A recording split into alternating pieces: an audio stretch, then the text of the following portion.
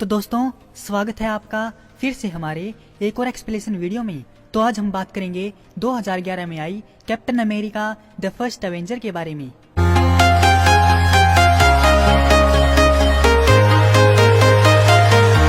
कहानी की शुरुआत होती है एक बर्फ के ठंडे इलाके आर्कटिक में, जहां पर कुछ सोल्जर्स को एक क्रैश हुआ प्लेन मिला था। तो वह उसकी जांच करते हैं। वह लोग उस प्लेन का ऊपरी भाग काटकर उसके अंदर जाते हैं तो उन्हें बर्फ के अंदर जमी हुई एक चीज दिखाई देती है, जिसे देखकर वो लोग चौंक जाते हैं और समझ जाते हैं कि वह चीज क्या थी। वह अपने सुपीरियर से बात करते हैं। फिर हमें टोन्सबर्ग, नॉर्वे, मार्च 1942 का समय दिखाया जाता है, जहां पर एक शख्स भागा भागा चर्च के अंदर जाता है और अंदर वाले लोगों को सावधान करता है कि वह लोग आ रहे हैं। वह पादरी कहता है कि आने दो उन्हें, वह पहले भी आ चुके हैं। फिर वहां पर दीवार तोड़कर जर्मन सोल्जर की टीम और उनका लीडर जोहेन शेमिट एक रहस्यमयी चीज को ढूंढने आते हैं। वह वहां के उस पादरी से पूछता है कि तुमने वह खास चीज कहाँ छुपाई हुई है। तो वह पादरी कहता है कि वह तुम्हारे लिए नहीं बनी है, उसकी शक्ति को तुम नहीं संभाल पाओगे। उसकी शक्तियों को वही संभाल सकता है जिसके पास गॉड लाइक स्ट्रेंथ हो। जोहेन उसकी बातों से समझ जाता है कि वह उसको भूतिया बना रहा है। फिर वह थोड़ा अपना दिमाग लगाता है और पास ही की दीवार में एक खुफिया बटन को दबाकर उस रहस्यमयी चीज को निकाल लेता है। वह पादरी उससे कहता है कि बेवकूफ, तुम इसकी शक्तियों को काबू नहीं कर पाओगे, जल जाओगे। लेकिन जोहेन उसकी एक नहीं सुनता और सबको मारकर वहां से चला जाता है। फिर उसके एक साल बाद जब वर्ल्ड वॉर 2 चल रहा था, यानी कि 1943 में न्यूयॉर्क शहर में हमें दिखाया जाता है कि कुछ लड़के आर्मी में भर्ती होने के लिए वहां पर टेस्ट देने के लिए आए हुए थे।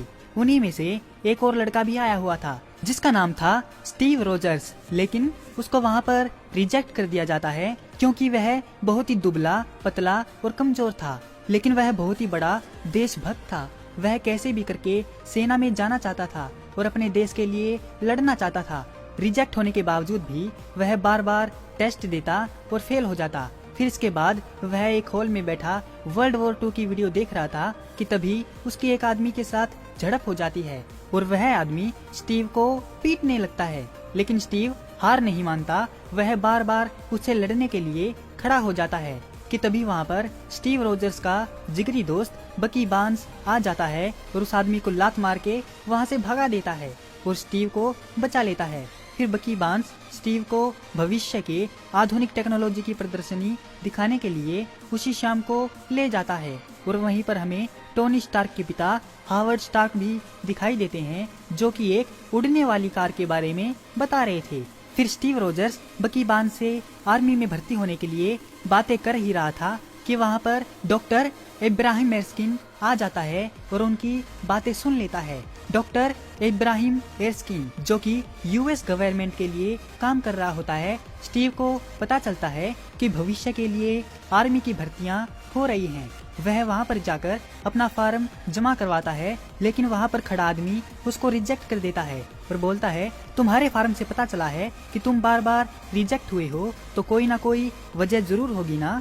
तभी वहां पर डॉक्टर एर्स्किन आते हैं और वह स्टीव का जज्बा देखकर उसके फॉर्म पर A1 लिख देते हैं। इसका मतलब है कैप्टन अमेरिका फर्स्ट एवेंजर, और आर्मी में उसकी जगह पक्की करवा देता है। इसके बाद सीन शिफ्ट होता है एक आर्मी कैंप में, जहां पर सभी सोल्जर्स की ट्रेनिंग हो रही होती है। वहां पर 2 अफसर होते हैं, एक मेल अफसर होता है और दूसरी फीमेल अफसर, जिसका नाम था पैगी कार्टर। और हम देखते हैं कि स्टीव फिजिकल तौर पर उतना फिट नहीं है जितना कि वहां पर और सोल्जर हैं, लेकिन वह अपनी खूबियों और तेज दिमाग की वजह से यह प्रूफ कर देता है कि वह प्रोजेक्ट रीबर्थ, जो कि एक सुपर सोल्जर एक्सपेरिमेंट है, उसके लिए एकदम सही कैंडिडेट है और दूसरे सोल्जर से बेटर है। दरअसल एर्स्किन स्टीव पर अपने द्वारा बनाया गया सुपर सोल्जर सीरम इंजेक्ट करना चाहते हैं। उन्हें स्टीव पर भरोसा है और वह जानते हैं कि स्टीव एक अच्छा इंसान है और वह अपनी ताकत का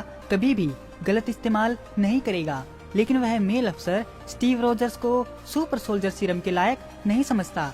वह सोचता है कि स्टीव रोजर्स उस सीरम की शक्ति को नहीं झेल पाएगा तभी वह उसका एक टेस्ट लेते हैं, जहां पर वह एक नकली ग्रेनेड उनकी तरफ फेंक देते हैं, जिससे बचने के लिए सभी सोल्जर वहां से दुम दबाकर भाग जाते हैं। और वहीं स्टीव रोजर्स सबको बचाने के लिए उस ग्रेनेड पर कूद पड़ता है, जिससे वह मेल अफसर इम्प्रेस हो जाता है और उसको सीरम एक्सपेरिमेंट की इजाजत दे देता है।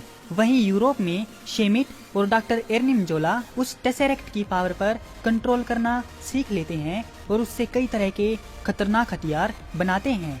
वह उस टेसेरेक्ट नाम के ऑब्जेक्ट से कुछ ऐसा करना चाहते थे जिससे उनका प्लेन कई दिनों तक बिना फ्यूल के हवा में उड़ता रहे, जिससे वह हर लड़ाई जीत सकें और दुनिया में अपनी हुकूमत कायम कर सकें।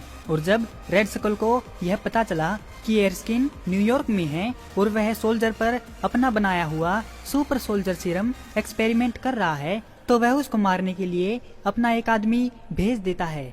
उधर एरस्किन ने हार्वर्ड स्टार्क के साथ मिलकर अपना एक्सपेरिमेंट शुरू किया और जब उसने स्टीव रोजर्स की बॉडी में जब वह सीरम और वीटा रेडिएशन डाला गया, तो उस मशीन में से बिल्कुल ही एक नया स्टीव रोजर्स निकल कर आया। वह बिल्कुल ही बदल चुका था। अब उसके शरीर में कोई भी कमी नहीं थी। वह बहुत ताकतवर हो गया था। यह प्रोसेस पूरा होते ही रेड सकल के आदमी ने डॉक्टर एरस्किन को मार दिया और वह सीरम का लास्ट डोज लेकर वहां से भाग गया। तभी स्टीव रोजर्स ने अपनी नई फिजिकल पावर की वजह से उस आदमी को पकड़ तो लिया, लेकिन उसने पूछताछ के डर से साइनाइड कैप्सूल निकलकर सुसाइड कर लिया और उनकी लड़ाई में वह सीरम का आखिरी डोज भी नीचे गिरकर खत्म हो गया। अब स्टीव रोजर्स एक सुपर सोल्जर बन चुका था, लेकिन यूएस आर्मी को एक नहीं बल्कि कई सारे सुपर सोल्जर चाहिए थे। लेकिन डॉक्टर एरस्किन और उनके सीरम के ना होने की वजह से अब कोई भी सुपर सोल्जर नहीं बन सकता था। मिलिट्री वाले स्टीव रोजर्स को छोड़कर चले जाते हैं ताकि साइंटिस्ट उसकी स्टडी करके वह सीरम दोबारा बना सकें। और जब तक वह सीरम दोबारा नहीं बन जाता, तब तक के लिए स्टीव को एक नया काम सौंपा जाता है। उसको कैप्टन अमेरिका का एक नया नाम देकर उससे वॉर बॉन्ड्स बेचने में लगाया जाता है ताकि जंग के लिए पैसे इकट्ठे किए जा सकें। अब कैप्टन अमेरिका एक फेमस सेलिब्रिटी बन गया था, लेकिन उसे इस काम में कोई मजा नहीं आ रहा था। उसे तो मैदान में एक असली जंग लड़नी थी। एक बार 1943 में स्टीव इटली में एक शो के लिए गया हुआ था, तो इस दौरान उसे पता चलता है कि उसका जिगरी यार बकी बार्न्स, जो कि MIA एक सोल्जर टीम के अंदर था, वो शेमिट के खिलाफ उनसे लड़ने के लिए, उन्हें हराने के लिए, उन्हें मारने के लिए गए हुए थे, जिन्हें शेमिट ने उन्हें पकड़ लिया और कैद कर लिया था।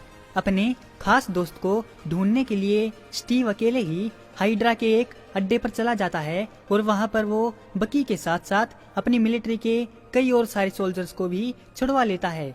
जब रेड स्कल अपनी फौज को कमजोर पड़ते हुए देखता है, तो वह खुद ही अपने उस अड्डे को बम से ब्लास्ट करने लगता है ताकि उसके दुश्मनों को उसके अड्डे की कोई खबर ना लगे। वहीं पर कैप्टन का सामना स्कल से हो जाता है, तो वह देखता है कि स्कल का चेहरा पूरी तरह से लाल है, जिससे वह द रेड स्कल के रूप में बदनाम होता है। फिर रेड स्कल अपने असिस्टेंट अर्निम जोला को लेकर वहां से भाग जाता है। फिर कैप्टन सभी सोल्जर्स को लेकर अपने बेस पर वापस आता है, जहां पर उसे और अपने लापता सोल्जर को वापस देखकर वह लोग बहुत खुश होते हैं और उसे अप्रिशिएट किया जाता है और उसकी जीत की खुशी में एक शानदार पार्टी ऑर्गेनाइज की जाती है, जहां पर कैप्टन उन सबको बताता है कि जब मैं बार्न्स को बचाने गया था, तो मैंने उस रूम में एक मैप देखा था जिस पर रेड स्कल ने काफी कंट्रियों के फ्लैग लगाए हुए थे, जिसका मतलब है कि वह अगला हमला इन पर करने वाला है। तो क्यों ना हम उसके हमला करने से पहले ही उसके बाकी बचे ठिकानों को तबाह कर दें और उन देशों को बचाएं जिन पर वह हमला करने वाला है, जिसमें हमारा ही फायदा होगा, क्योंकि उससे वह देश हमारा ही साथ देंगे। इसके बाद कैप्टन उन सोल्जर को इकट्ठा करता है जिसे उसने पहले मिशन में बचाया था। वह उन सबको मिलाकर एक टीम बनाता है और पूछता है कि क्या तुम मेरा साथ देने के लिए तैयार हो, जिस पर वह सोल्जर मान जाते हैं और कैप्टन रेड स्कल की मां बहन करने के लिए तैयार होता है। फिर इसके बाद हार्वर्ड स्टार्क स्टीव रोजर्स को एक शील्ड देता है और कहता है कि यह वाइब्रेनियम से बनी हुई शील्ड है और यह पूरे अर्थ पर इतनी ही बची हुई है जितनी की तुम्हारे हाथों में है। फिर वह शील्ड और एक नया यूनिफॉर्म लेकर कैप्टन उन सोल्जर्स के साथ हाइड्रा के कई अड्डों को तबाह कर देता है फिर 1945 में यूएस आर्मी को अर्निमजोला की लोकेशन का पता चलता है और वह एक सीक्रेट मिशन के तहत अर्निमजोला को पकड़ने के लिए एक ट्रेन पर कूद जाता है। वहां पर वह उसे पकड़ तो लेता है, लेकिन इस लड़ाई में बकी बार्न्स ट्रेन से नीचे गिर जाता है। फिर अर्निमजोला से पूछताछ में मिलिट्री को यह पता चलता है कि रेड स्कल अमेरिका के कई बड़े शहरों पर न्यूक्लियर बम गिराने वाला है। इसीलिए उसे रोकने के लिए स्टीव रोजर्स अपनी टीम के साथ हाइड्रा के हेडक्वार्टर पर पहुंचता है, लेकिन रेड स्कल एक प्लेन में बम रखकर और उसमें टेसरेक्ट क्यूब को रखकर वहां से भाग जाता है। उसका पीछा करते हुए कैप्टन उस प्लेन में चढ़ जाता है और जब वहां पर उनकी लड़ाई हो रही थी तो उससे टेसरेक्ट का कंटेनर खराब हो जाता है और जब रेड स्कल टेसरेक्ट को अपने हाथ में लेता है तो उसमें से एक तेज रोशनी निकलती है और उसके बुरे इरादों की वजह से उसे एक श्राप मिलता है, जिससे वह एक वॉर्म होल के जरिए दूसरे प्लेनेट वॉरमीर पर टेलीपोर्ट हो जाता है। रेड स्कल के गायब होने के बाद टेसरेक्ट प्लेन से नीचे गिर जाता है और अब कैप्टन न्यूक्लियर बम से भरे प्लेन में अकेला सवार था। फिर कैप्टन पेगी कार्टर को कॉल लगाता है और उससे कहता है कि मैं एक न्यूक्लियर बम से भरे प्लेन में अकेला हूँ और इस प्लेन को नीचे उतारने में बहुत ज्यादा जोखिम है, तो मैं इस प्लेन को आर्कटिक के एक वीरान जगह पर उतारने जा रहा हूँ। फिर वह उसे बाय बोलकर बहुत दूर जाकर उस प्लेन को क्रैश करवा देता है। क्रैश होने के बावजूद उस ठंडी जगह में उन बॉम्ब्स ने काम करना बंद कर दिया था और वह जम गए थे, जिससे कैप्टन भी उसी में जम गया था। यूएस आर्मी उसे ढूंढने की बहुत कोशिश करती है। उन्हें टेसरेक्ट तो मिल जाता है पर स्टीव का कोई पता नहीं चलता। फिर इसके बाद 2011 का टाइम दिखाया जाता है जब कुछ साइंटिस्ट को वह प्लेन मिलता है और उन्हें मिलती है कैप्टन अमेरिका की शील्ड और उसकी बॉडी। फिर वह कैप्टन को शील्ड की फैसिलिटी में लाते हैं और कैप्टन को एकदम से माहौल बदला बदला ना लगे, इसीलिए वह उस रूम का एनवायरनमेंट कुछ 1943 का कर देते हैं। जब कैप्टन को होश आता है तो रेडियो पर उसी समय के एक मैच की कमेंट्री चल रही थी। तो कैप्टन ने सोचा कि यह मैच तो मैंने अपनी आंखों से देखा था, उसको कुछ गड़बड़ लगती है और वह वहां से भाग जाता है। उसने बाहर आकर देखा तो वह अमेरिका के टाइम स्क्वायर में खड़ा था। तो वहां पर शील्ड के डायरेक्टर निक फ्यूरी आते हैं और उससे कहते हैं हम तुमसे उस तमाशे के लिए माफी चाहते हैं, पर तुम होश में नहीं थे 70 साल से। हमें लगा तुम्हें यह धीरे धीरे बताना ही ठीक रहेगा। फिर मूवी के पोस्ट क्रेडिट सीन में हमें दिखाया जाता है कि निक फ्यूरी कैप्टन के पास आते हैं और उससे कहते हैं कि मेरे पास तुम्हारे लिए एक मिशन है, दुनिया बचाने का। इसी के साथ में द एवेंजर्स मूवी का एक छोटा सा ट्रेलर भी दिखाया जाता है और यहीं पर यह मूवी खत्म हो जाती है। तो दोस्तों, कैसी लगी आपको captain America the First Avenger movie की ये एक्सप्लेनेशन वीडियो? अगर आपको यह वीडियो पसंद आई हो तो इस वीडियो को लाइक और हमारे चैनल को सब्सक्राइब जरूर करें। आपका हमारी वीडियो देखने के लिए बहुत बहुत धन्यवाद और शुक्रिया।